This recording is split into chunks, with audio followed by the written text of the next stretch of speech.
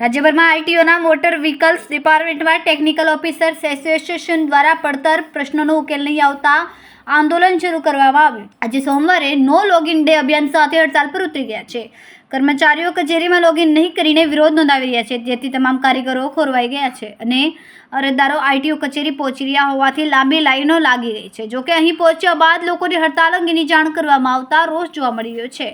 અમદાવાદ, સુરત, વડોદરા અને રાજકોટ સહિતની આરટીઓ કચેરી પર એપોઇન્ટમેન્ટ લઈને કામગીરી માટે આવેલા અરજદારોની કામગીરી ન થતાં રોષ ઠાલવતા નજરે પડ્યા। નો લોગિન ડેના કારણે આજે જે અરજદારોને એપોઇન્ટમેન્ટ આપવામાં આવી હતી તે અરજદારો સવારથી જ આરટીઓ કચેરી પહોંચી ગયા હતા। આરટીઓ કચેરીની અંદર પ્રવેશ ન આપવામાં આવતા બહાર લાંબી લાઈનો લાગી હતી। લોગિન ન કરવાના કારણે તમામ પ્રકારની કામગીરી ખોરવાઈ હતી। અહીં આવેલા અરજદારો 2 કલાક સુધી લાઈનમાં ઊભા રહ્યા બાદ હડતાલની જાણ થતાં રોષ વ્યક્ત કર્યો હતો। મારું નામ કે પંચાલ, મોટર વાહન નિરીક્ષક, આરટીઓ સુરત।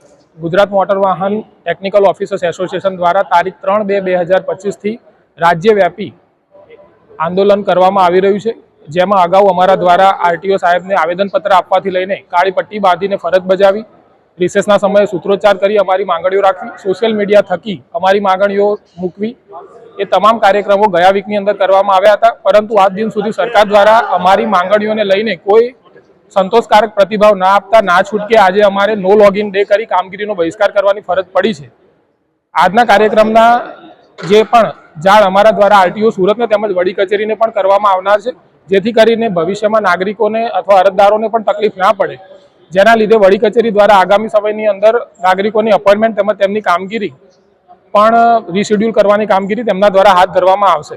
અમારી જે માંગણીઓ છે તેમાં મુખ્યત્વે નનામી બેનામી અરજીઓના કારણે તમામ અધિકારીઓની સમક્ષ જે ખાતાકીય તપાસો પડતર છે તેના લીધે અમારા હકો જે વર્ષોથી વંચિત છે, જેવા પ્રમોશન, પ્રોબેશન તેમજ ઉચ્ચતર પગાર ધોરણથી અમને વંચિત રાખવામાં આવેલ છે, તેમજ આરટીઓ અધિકારીને યુનિફોર્મ એલાઉન્સ, વોશિંગ ભથ્થું આપવામાં આવી રહ્યું નથી, તેમજ સળંગ 7 નાઇટ ડ્યુટી અને એવા અન્ય ઘણા મુદ્દાઓના લીધે આજે અમારી માંગણીઓ ન સંતોષાતા અમે નો લોગિન ડેની કામગીરી કરવામાં આવનાર છે અને ભવિષ્યમાં અમારી આ માંગણી ન સંતોષાતા આવતીકાલે સમગ્ર રાજ્યની અંદર આરટીઓ ઓફિસર્સ દ્વારા માસ સીએલનો કાર્યક્રમ હાથ ધરવામાં આવનાર છે।